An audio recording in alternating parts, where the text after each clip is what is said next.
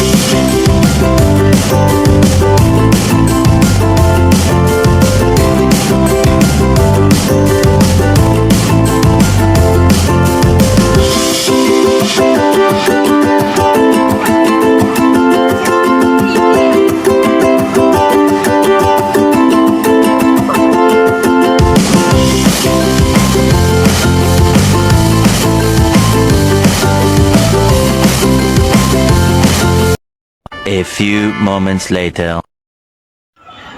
Halo semuanya, kita sudah sampai nih di Museum Kebangkitan Nasional. Sebelum kita menjelajahi apa sih yang ada di Museum Kebangkitan Nasional, sebelumnya perkenalkan, nama saya Lilian Nova. Nama saya Siva Leticia Anggraini. Nama saya Fadian Ramadhani. Nama saya Nova Pradipta. Nama saya Ibrahim.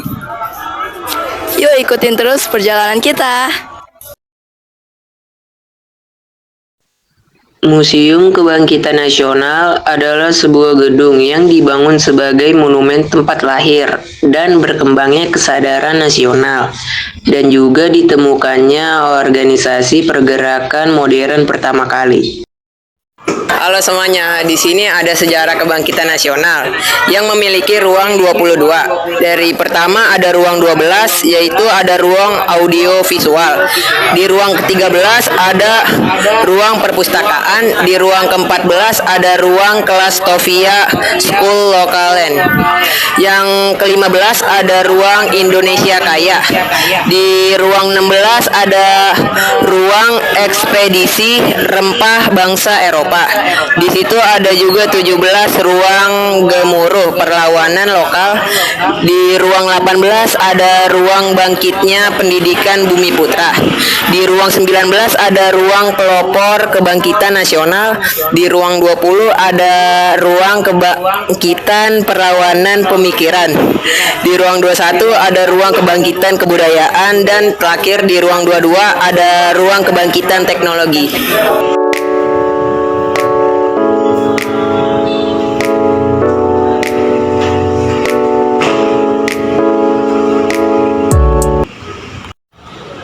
Selanjutnya saya akan menjelaskan ruang kelas Stovia. Pada 1 Maret tahun 1902, Sekolah Dokter Jawa diganti menjadi Stovia yang kepanjangannya itu Schoolopleiding van Inlandeske Artsen atau Sekolah Pendidikan Dokter Bumi Putra. Kurikulum pendidikan Stovia disamakan dengan kurikulum yang berlaku di Eropa.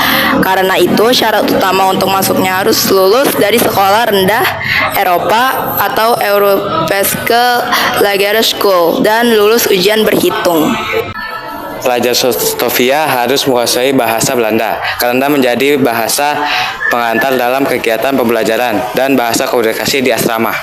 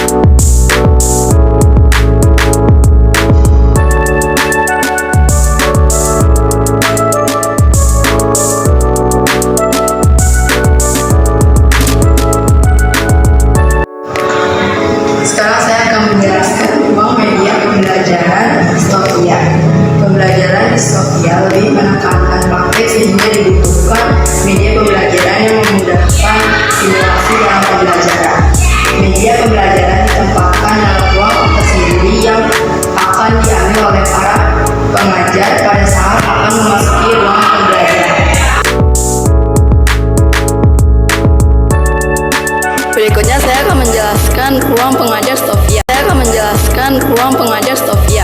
Pengajar Stovia berjumlah 12 orang yang biasanya dibantu oleh asisten pengajar yang berasal dari lulusan pelajar Stovia terbaik. Pengajar Stovia akan menempati ruang pengajar pada saat menjelang kegiatan pembelajaran, saat istirahat sekolah, dan seusai kegiatan pembelajaran.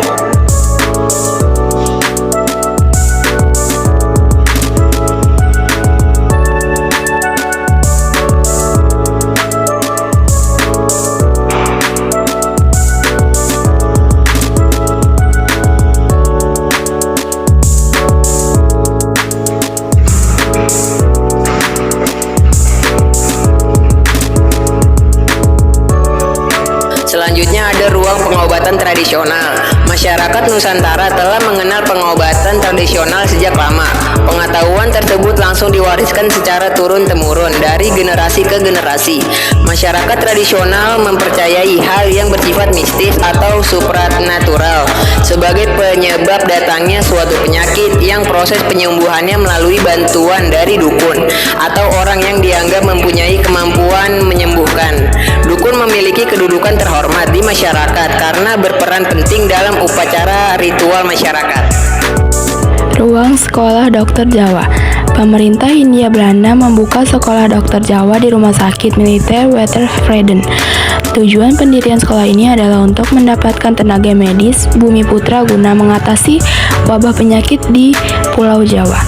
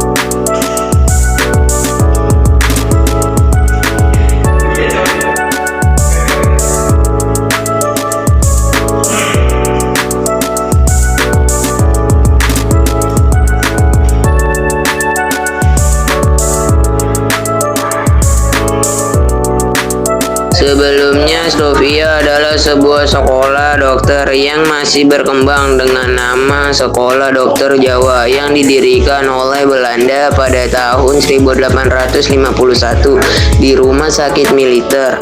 Ada juga pun singkatan dari Stovia sendiri, yaitu School to Opleiding van Instantie Artsen.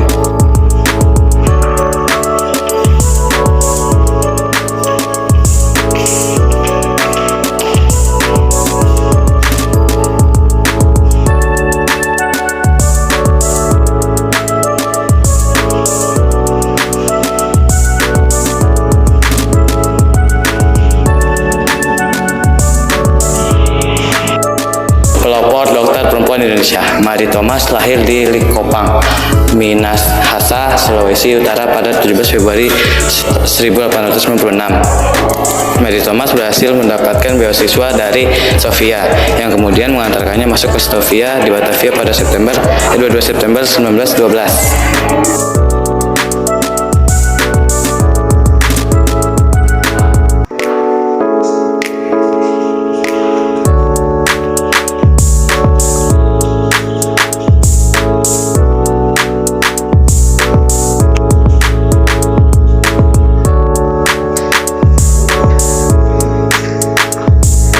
Di sini ada ruang asrama Stovia, Stovia Dormitory Room. Pada 1 Maret 1902, kegiatan pendidikan kedokteran pindah ke gedung School Stovia atau Sekolah Pendidikan Dokter Bumi Putra.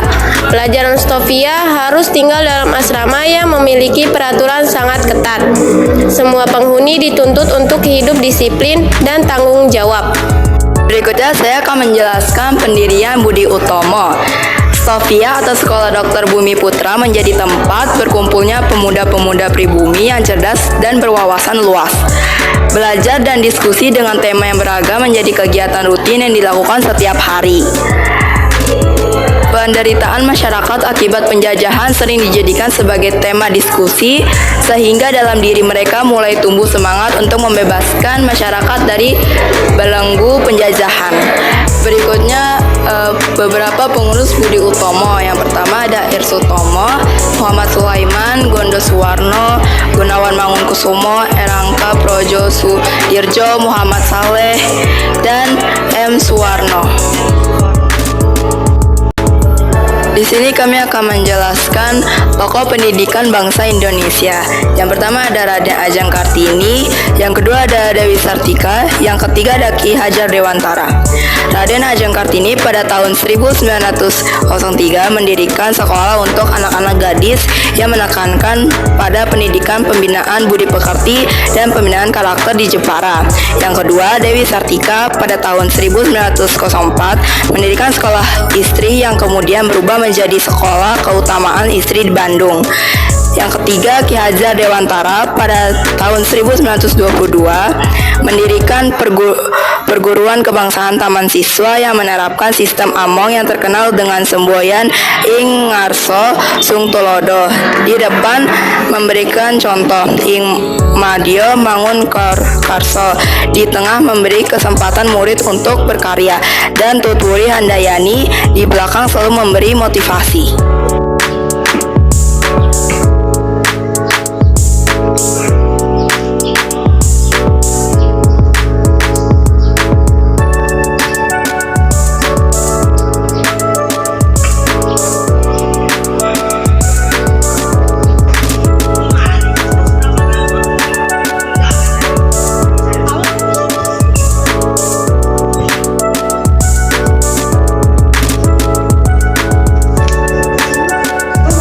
Middlebury School atau AMS dan Sekolah Apoteker. Pada masa pendudukan tentara Jepang tahun 1942 sampai 1945, gedung Extovia ini oleh pihak Jepang digunakan sebagai tempat penampungan bekas tentara Belanda sebagai tawanan perang Batalion 5 ex-KRIL. Setelah Jepang menyerah terhadap sekutu Selesai materi, kunjungan ke Museum Kebangkitan Nasional. Sekian dari video kami. Terima kasih.